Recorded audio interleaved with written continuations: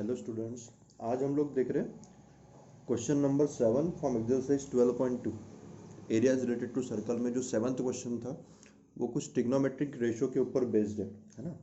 तो उसको समझने के लिए हमें कुछ ट्रिग्नोमेट्रिक रेशोज के बारे में भी थोड़ी सी जानकारी होनी चाहिए और हमारा वो लेसन अभी कंप्लीट नहीं हुआ है।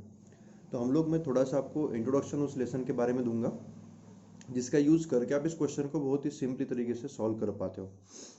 तो ट्रिग्नोमेट्रिक रेशो जो होते हैं ना, इनका यूज हम करते हैं राइट एंगल ट्रायंगल के अंदर। कहाँ पे? राइट एंगल ट्रायंगल में। तो जैसे आप यहाँ पे देख पा रहे होंगे हमारे बुक के अंदर इस तरह से एक राइट एंगल ट्रायंगल दिया हुआ है। राइट एंगल ट्रायंगल मतलब कौन सा ट्रायंगल? जिसका एक एंगल जो है वो 90 डिग्री का होना चाहिए। जैसे आप यहाँ पे देख सकते हो कि यहाँ पे इसका बी एंगल जो है वो कौन सा है? 90 डिग्री का। उसके बाद एक एंगल है मेरा सी और एक एंगल है ए।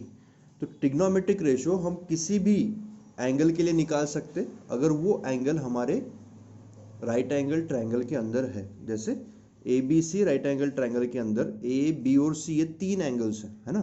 तो बी तो हो गया राइट एंगल, तो इसके लिए हम कुछ नहीं निकालेंगे। हम जो फाइंड आउट करेंगे वो तो या तो ए के लिए करेंगे या फिर एंगल सी के लिए करेंगे ट्रिग्नोमेट्रिक रेशोज को फाइंड आउट।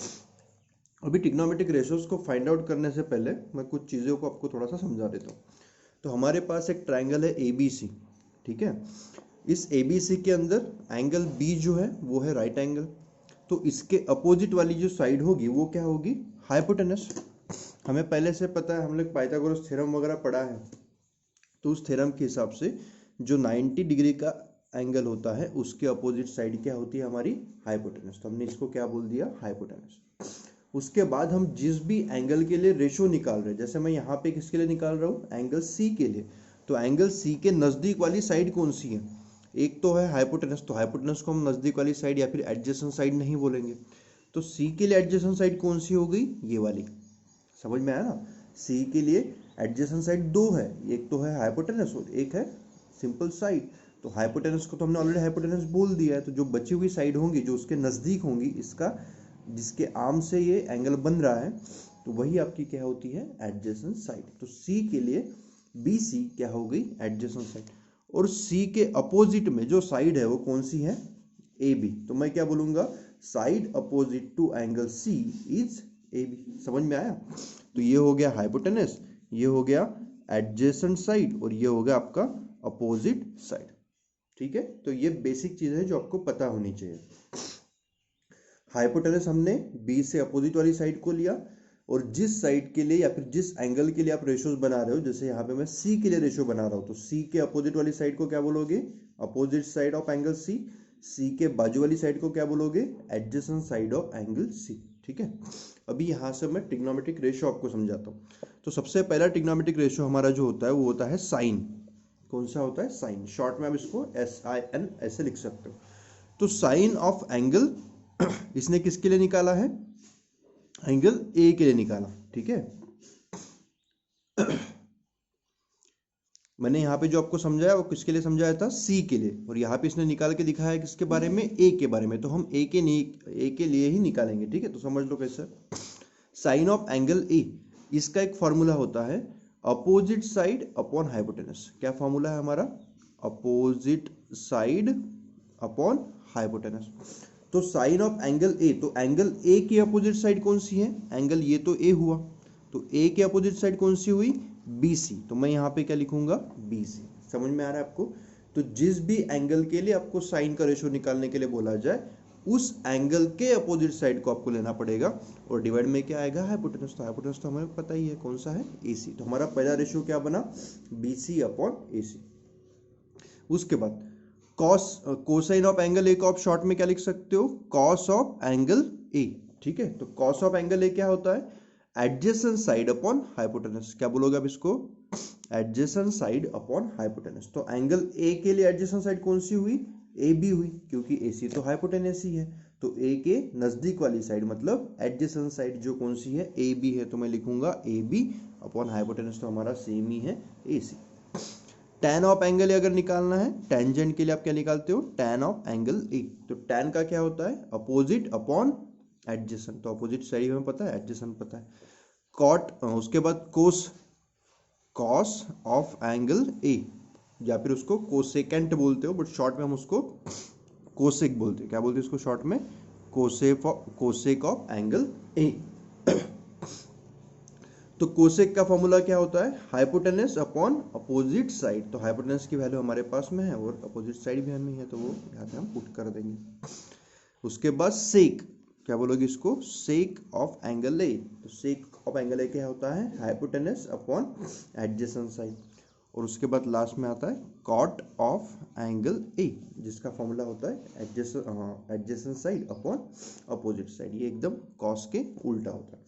तो इस तरह से आप इन सभी रेशियोज को ले सकते हो। तो ये सब चीज़ें आप डिटेल में पढ़ने वाले हो, मैंने यहाँ पे सिर्फ आपको इंट्रोडक्शन दे रहा हूँ कि इन चीज़ों को हम किस तरह से यूज़ कर सकते हैं, है ना। तो हम डायरेक्टली जब इसको क्वेश्चन के अंदर यूज़ करेंगे तो आपको थोड़ा बहुत नॉलेज होना चाहिए, है ना, इसलिए मैं आपको बता रहा हूँ। और जब आप डिटेल में इस लेसन को पढ़ोगे तब आप इन सभी चीज़ों को काफ़ी आराम से समझ पाओगे, ठीक है। तो अभी आगे बढ़ते हैं। इसके बाद एक इम्पॉर्टेंट जो हमारे पास चार्ट है वो इस तरह से, किसी भी एंगल के लिए उसका मेजरमेंट हमें पता होगा। एंगल 0 डिग्री का हो सकता है, 30 का हो सकता है, 45 का हो सकता है, 60 का हो सकता है, या फिर 90 का हो सकता है। एंगल किसी भी डिग्री का हो सकता है ना। बट हम लोग जो है ज़्यादातर इन वैल्यूज़ को ही कंसिडर करेंगे। किसको? 0, 30, 45, 60, 90। एंगल तो 50 का भी हो सकता है ना, बट वो आप यहाँ पे कंसिडर नहीं करोगे क्योंकि उनकी स्पेसिफाइड वैल्यू हमारे पास में नहीं है। बट इन एंगल्स के लिए हमारे पास स्पेसिफाइड वैल्यूज़ है। जैसे अगर साइन ऑफ 0 में निकालता हूँ तो साइन ऑफ 0 का आंसर क्या आएगा? 0 आएगा। ये परमानेंट वैल्यू है, आप किसी भी जगह पे इसको यूज़ कर सकते हो। साइन ऑफ 30 की वैल्यू हमेशा 1/2 आएगी। साइन ऑफ 45 की वैल्यू 1/√2 आएगी। साइन ऑफ 90 की वैल्यू 1 आएगी। इस तरह से आप tan ऑफ 30 की निकालना चाहते हो तो 1/√3 आएंगी। tan ऑफ 60 की निकालना चाहते हो तो √3। इस तरह से हमारे पास एक चार्ट है। इस चार्ट का यूज करके आप किसी भी वैल्यू को, जैसे आपसे कोई अगर पूछे कि कॉट ऑफ 30 क्या होता है, तो कॉट ऑफ 30 क्या आएगा? हमारा √3 आ जाएगा। आ रहा है समझ में? अभी इसका यूज हम लोग क्वेश्चन के अंदर किस तरह से करेंगे वो थोड़ा सा समझो। तो 7th वाला क्वेश्चन कुछ इस तरह से दिया था, देखो, अ cord of circle of radius 12 centimetre. तो हमारे पास में एक 12 सेंटीमीटर रेडियस वाला सर्कल है, ठीक है। तो मैंने यहाँ पे एक सर्कल बना दिया 12 सेंटीमीटर का। Subtend an angle of 120 degree. उसने बोला कि यहाँ पे सेंटर के पास उसका एंगल बन रहा है 120 डिग्री का at the centre. Find the area of corresponding segment of the circle. तो सर्कल के करस्पॉन्डिंग सेगमेंट का मतलब ये जो मेरे पास में नीचे सेगमेंट बन रही है, इस सेगमेंट का एरिया आपको उसने पूछा है, ठीक है। तो इसका एरिया निकालने के लिए सबसे पहले तो हम क्या करते हैं, सेगमेंट का एरिया अगर निकालना है तो पूरे सेक्टर का एरिया निकालते और उसमें से ट्रायंगल के एरिया को माइनस करते। सिंपल है। बट पूरे सेक्टर का एरिया तो मैं यहाँ पे निकाल सकता हूँ क्योंकि 120 डिग्री का एंगल भी दिया हुआ है। तो θ/360 इंटू πr² का फॉर्मूला लगा के मैं पूरे सेक्टर का एरिया तो निकाल लूंगा, कोई दिक्कत नहीं है। पर ट्रायंगल के एरिया को निकालने के लिए मेरे पास क्या था, एक तो इक्विलैटरल ट्रायंगल के एरिया का फॉर्मूला था, जिसके अंदर अगर ये 60 का एंगल होता, पूरा बोल रहा हूँ मैं, पूरा अगर 60 का होता तो यहाँ पे इक्विलैटरल ट्रायंगल बनता और फिर मैं √3/4 इंटू साइड स्क्वायर का फॉर्मूला लगा सकता था। बट यहाँ पर जो हमारे पास ट्रायंगल बन रहा है उसका एक एंगल 120 का है। अगर इस कंडीशन में फिर आपको क्या पता होना चाहिए था? ST पता होना चाहिए था, मतलब half into base into height आप निकाल सकते हो।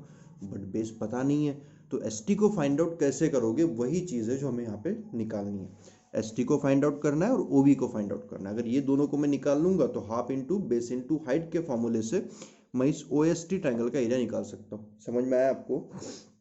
अभी इसको फाइंड आउट कैसे करोगे? तो देखो, सबसे पहले मैंने क्या किया, OB एक परपेंडिकुलर बनाया ST के ऊपर, लिखा हुआ है OB परपेंडिकुलर ST।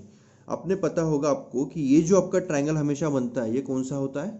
आइसोस्केलन, क्योंकि ये दोनों रेडियस है और रेडियस अगर दोनों है तो आइसोस्केलन में जिस पॉइंट पे आपके आइसोस्केलस जो साइड्स होते हैं वो मैच करते हैं, वहां से अगर मैं अपोजिट साइड में परपेंडिकुलर डालूंगा तो वो परपेंडिकुलर अपोजिट साइड का हमेशा बाइसेक्टर होता है ना। या फिर आपको ये भी पता है कि perpendicular drawn from a centre on a chord is a bisector of a cord. तो ये आपके पास में पहले से नॉलेज है, 9th स्टैंडर्ड में आपने ये चीज़ों को पढ़ा है। तो OB is perpendicular to ST, मिस SV is equal to VT। तो वही मैंने यहाँ पे लिखा हुआ है, SV is equal to VT। Reason क्या आएगा? Perpendicular drawn from centre on a chord is a bisector of a chord, ऐसा आप लिख सकते हो। अभी देखो, OB को मैंने यहाँ पे बनाया तो ये परपेंडिकुलर होने के कारण ये तो इक्वल हो गया और उसके साथ साथ ये भी जो एंगल्स है ये भी बाइसेक्ट हो जाते हैं। मतलब अगर कंप्लीट एंगल 120 का है तो ये एंगल बनेगा आपका 60 का और ये एंगल भी बनेगा 60 का। अभी मैं आधे ट्रायंगल को भूल जाता हूँ, मेरे पास में सिर्फ एक आधा ट्रायंगल बचा हुआ है, कौन सा? SOV, ठीक है। और SOV अगर आप देखोगे तो ये एक राइट एंगल ट्रायंगल है, जो मैंने अभी इससे पहले आपको समझाया ना ट्रिग्नोमेट्रिक रेशियोज के अंदर, तो उसके हिसाब से SOV क्या हुआ हमारा? Right angle triangle. मतलब मैं इसके अंदर ट्रिग्नोमेट्रिक रेशियोज को यूज कर सकता हूँ। तो देखो कैसे करूंगा। SOV या फिर OVS ट्रायंगल के लिए अगर मैं बोलूँ तो OVS ट्रायंगल के लिए मैं कौन सा एंगल के लिए निकाल रहा हूँ? 60 के लिए। और कौन सा रेशो लिया मैंने? कॉस वाला। तो कॉस वाला रेशो क्या बोलता है? Adjacent side upon hypotenuse. क्या बोलता है? Adjacent side upon hypotenuse. तो एंगल O के लिए एडजेसेंट साइड कौन सी हुई? OB हुई, तो मैंने यहाँ पे लिखा OB। और हाइपोटेनस कौन सा हुआ? OS हुआ, तो मैंने यहाँ पे क्या लिखा? OS। OB by OS। और cos 60 की वैल्यू, अगर आप उस चार्ट को रिमेंबर कर रहे हो या फिर आपके बुक में जो चार्ट दिया उसको देखोगे, तो cos 60 की वैल्यू कितनी होती है? 1/2 होती है। cos 60 की वैल्यू कितनी होती है? 1/2। तो मैंने उस वैल्यू को यहाँ पे पुट कर दिया। OB/12 is equal to 1/2। Solve करोगे, OB का आंसर आपका आ जाएगा 6 सेंटीमीटर। तो इतनी सिंपल तरीके से आप ट्रिग्नोमेट्रिक रेशियोज को यूज करके इस साइड को फाइंड आउट कर सकते हो। तो हमारी OB वाली जो साइड है वो कितनी निकली? 6 सेंटीमीटर।